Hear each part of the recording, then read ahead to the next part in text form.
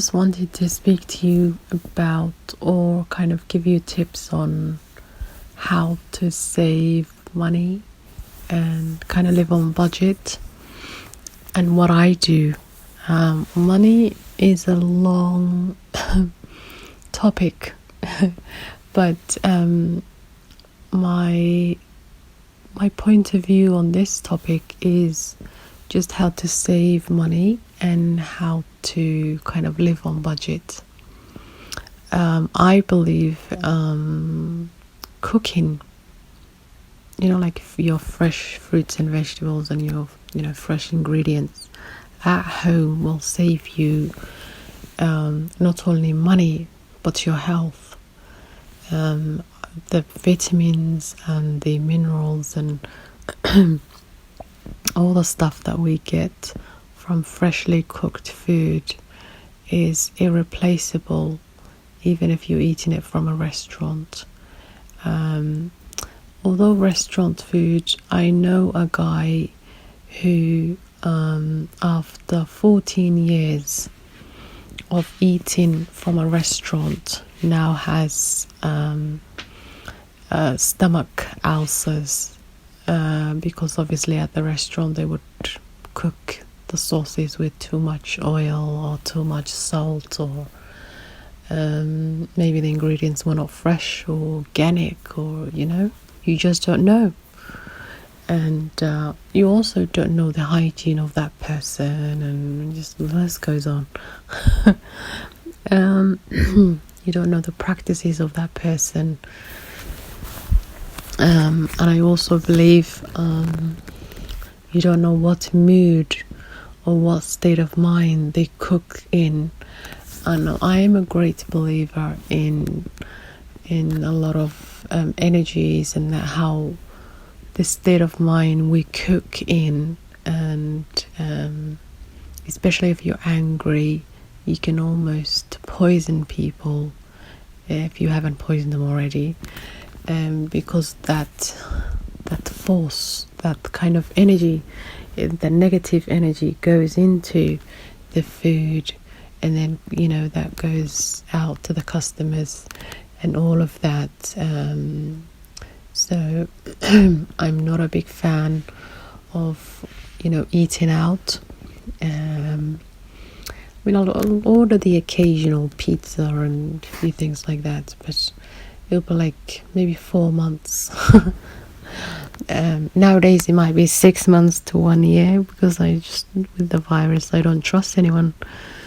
It's not that I don't trust anyone, but I just think it's a lot more dangerous.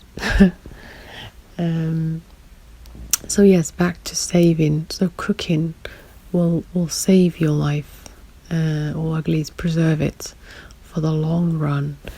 And also, it's an art.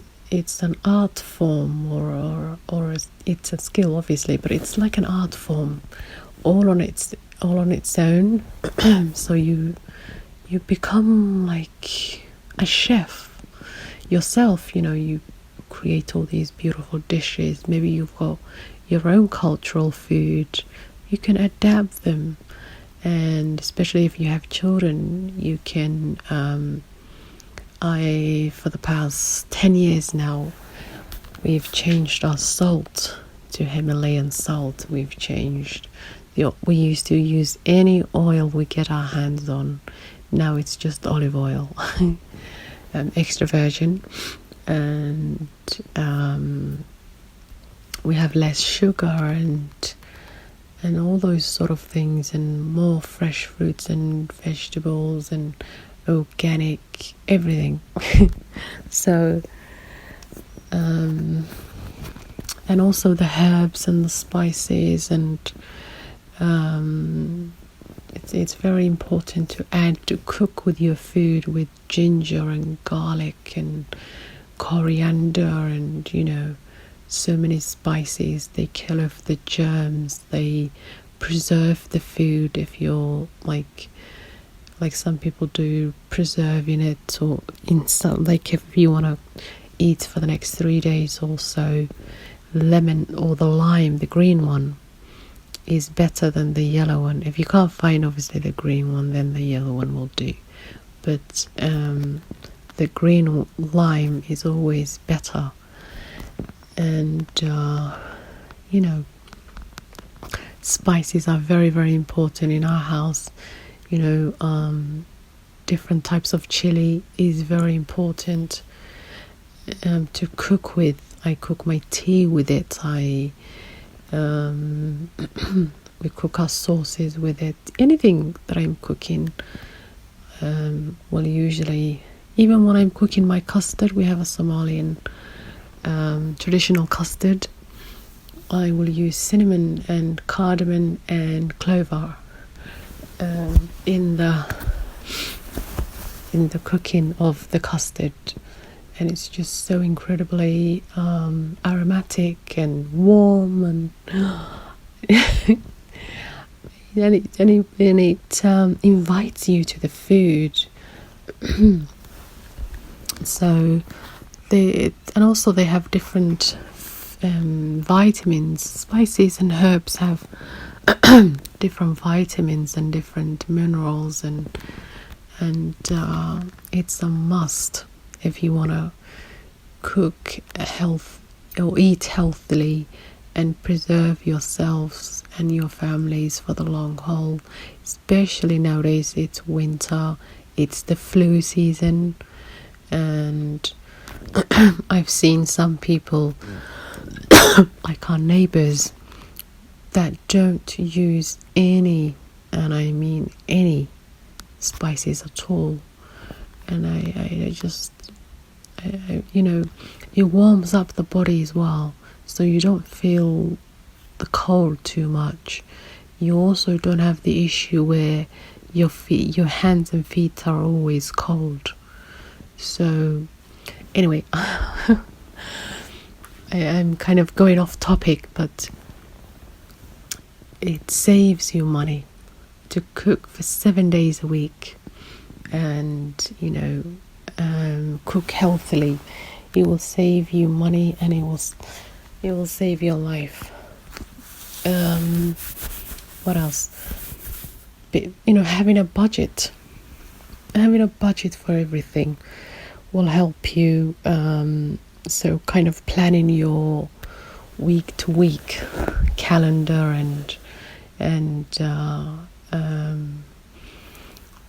but doing at least, I would say, 97% of the cooking or the preparation of your food at home will help you greatly. It's also far cheaper to cook at home than it is to order that pizza that will cost you £25 and it will be done in 20 minutes or gone in 20 minutes. And if you just get £5 chicken, you can cook yourself 4 to 5 day meal for yourselves, you know, and your family. So that will help you to stay on budget, sticking to your list, and in terms of like things to buy with regards to the shopping, or just not being quite extravagant, will also help you. After you do your, like, I find after I do my rent and all of that, then take out whatever you need to save, and don't wait till you've paid or you did all the shopping and, you know, you've got nothing left to save. You know, so if you're going to save anything, then take it out when you're paying your rent or other major bills. Also, having different accounts will help you manage or stay on budget. So I don't know how many accounts that I have now, but I have 3 main active ones, and you know, you have the ones for the bills, you have one for the rent, or you have one for just for the food or, you know, shopping or whatever we need to buy. So having different accounts will help you. Writing things down will help you. I don't take my children with me when I'm going shopping. I save about, I don't know how many hundreds of pounds each year by not taking them. I also stick to the list, and I might like spend £3, or if I see something that's is on sale or something, if it's within £5, then I'll be like, all right, fine, let me get it. But usually I just stick to the list and I come out. I also don't buy any sweet things like cakes and pastry and things like that, and instead just stick to the fruits and vegetables that are more healthier. What else? And just see in every area of your life how you can cut money from it. No, I don't pay for any subscriptions or like a music subscription or Sky or TV or any of that. I don't have time to watch them anyway, and if I want to listen to a song, it's on YouTube for free. I also don't buy books. It's on YouTube, the audio books. I can listen to them however many times I want for free. So I don't really believe in subscriptions, but a lot of my family and friends are sort of into them. But I don't think it's gonna help you reach your budget or help you with budgeting if that's what you've got going on. I try and really cut down from every angle.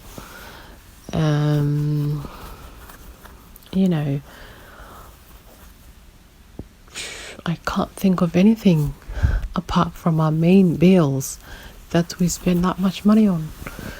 And it's all about save, eat healthily, live simply. I try and live way below the means of my budget, and try and save money from that, and try and use it elsewhere for like home improvements, or if you need to buy furniture and things like that, instead of doing these subscriptions and somebody else is making money off you. I have family members that have signed up with these gym memberships that they don't even go to, and they take £50 every month, and they probably go twice in a month. Some days they won't even go while it's raining. I can't go because it's raining. And I'm looking at them like, but you paid for it, so be clever with your money, and save and invest elsewhere. With whatever you save from one area, invest in other areas, and just be mindful. You don't need 25 pairs of shoes in a year if you only get to wear 5 of those or less. Who even wears 5? I also don't care about labels. Now, if they go on sale, I have my obviously perfumes and things like that, but I wait until they are like 15% or 25% what they originally were. So example, if they used to be 50, then I'm happily gonna wait until they get to £15. I love the look of luxury, but I don't really care about labels, and I certainly wouldn't buy labels. So don't care too much about labels, and you'll save a lot more money. There are equal kind of companies that have the same quality, but less branding. And if you pay attention to the richest people, they wear things that don't have any brand, like just a normal grey t-shirt. Whereas if you see someone who's just starting off, or maybe they had a film or two out, they wear all the Gucci and all the designer stuff you can imagine, just to show off, like, yes, now I can afford. But that's not how it works. The most richest people in the world don't wear labels. So it's about the mindset, and at the end of the day, it's just a pair of clothing, or shoes or whatever. It does not add any value to your life. So save your own money and maybe invest it elsewhere, like, I don't know, real estate or something useful that will help you one day, instead of the gold chains. And I love gold, but just invest it in things that will give you return. I would advise you all to read the book Poor Dad, Rich Dad, I think it's called, and so many other financial books, like Napoleon Hill's book. What was it called? I can't remember what it's called, but Rich something. I can't remember what it's called, but what's the other one? The Richest Man in Babylon is another one, another great one. I think especially that one, The Richest Man in Babylon. I've always wondered, why don't they teach that at school? Oh, it's incredible, the amount of financial advice that are there for young people, or for anyone at any age and at any stage in their life. And just try and filter and become this beautiful, authentic person who doesn't care about labels, and who doesn't care about so many other things, and instead care about things that are important, like climate change, or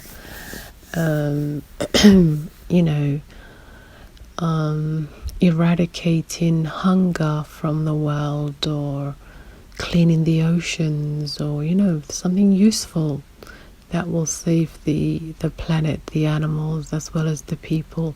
I'm not gonna say preserving the planet is more important than serving humanity. The serving humanity becomes first, because as people we are more important than the animals and the planet itself. They are secondary, or I don't know, third or whatever in the chain. but don't be one of those useless people as well that would pass a homeless person and go to the animal shelter and take coats to dogs or something. And you look at them like, what? Sorry, who's more important? Now, I'm not saying don't provide for the dogs and all that, but as a human being, the human being becomes first. I don't care what religion you people practice, but that's how it should go. And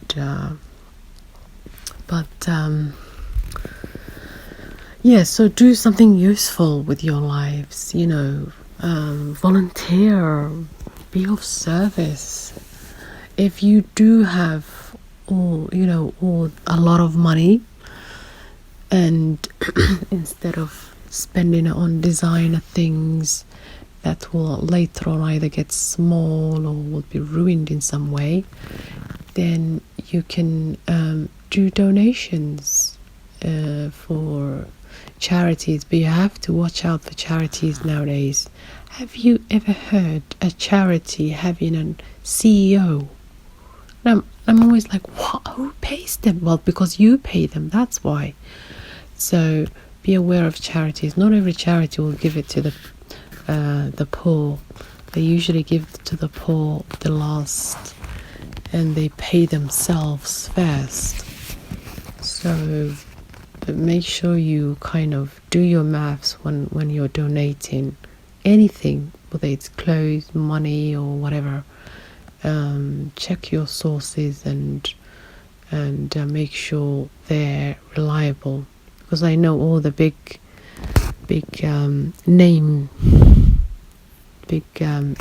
charities are not reliable in any way, in my opinion.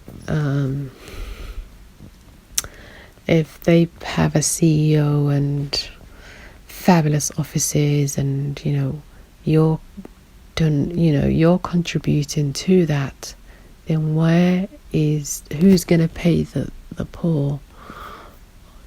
So I don't really. it's a bit like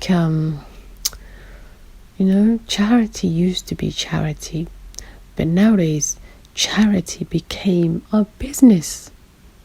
They will run it like a charity, but it's actually a business, and it's very sad, but that's how it's run. Why would a charity have a CEO? Why would a charity have employees that get paid?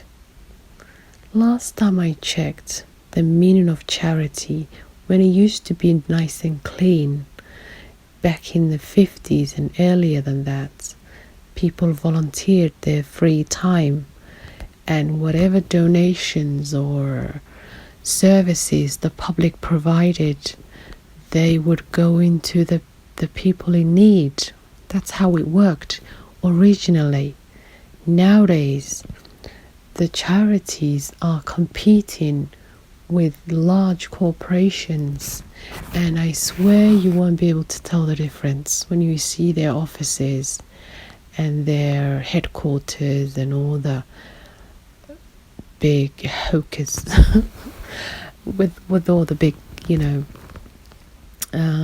bravado that kind of goes on. So this is what I mean. If you are going to donate, do your homework, because none of it is for real. Like I said, if it was the 50s, even the 60s or 70s, yes, there was a thing called charity, and it really was a charity. Nowadays, it might as well be a company. It's run like a charity, or at least it looks like a charity from the outset, but it ain't what it is. So just do your homework, and don't be surprised when they give that bonus money to the CEO on his Christmas present, and you're sitting there thinking that the child in the other side of the world has got your donations. Just saying, open your eyes. There are so much corruption in the West, you would not believe.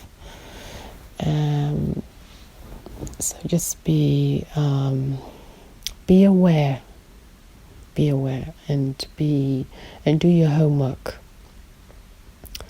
The other thing is, what was I going to say? The other thing is, what was I going to say? Yeah, so just list everything, and go through every area of your life, and kind of